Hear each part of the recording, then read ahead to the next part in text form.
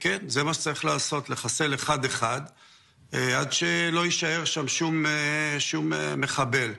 אבל יש איזושהי נקודה שהייתי רוצה לדבר עליה, אם אפשר. בטח. אנחנו כרגע מחסלים בסביבות 10,000, 20,000 מחבלים, וכולם יחוסלו בעזרת השם וזה יגיע.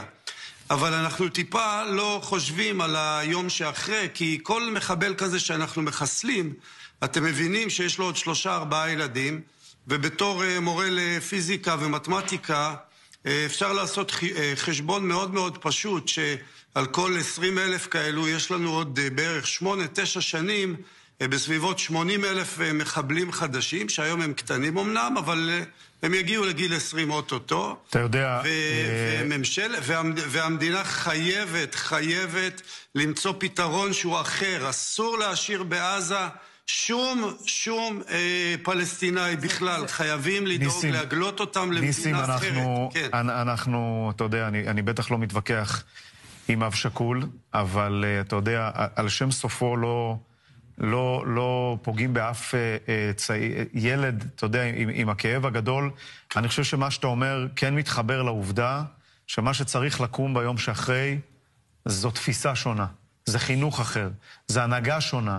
אנחנו לגמרי מודעים למה שאתה אומר בצדק, שבחינוך שהם מקבלים בבתי הספר, מה שדני קושמרו הראה בכתבה המצוינת שלו, זה לגדל את הדור הבא של המחבלים, אמת.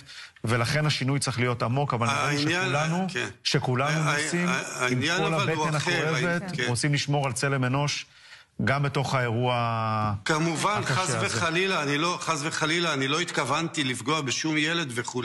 אבל אנחנו חייבים לעשות להם הגירה לחול, לאפריקה, למדינה אפריקאית, גם אם יצטרך לשלם.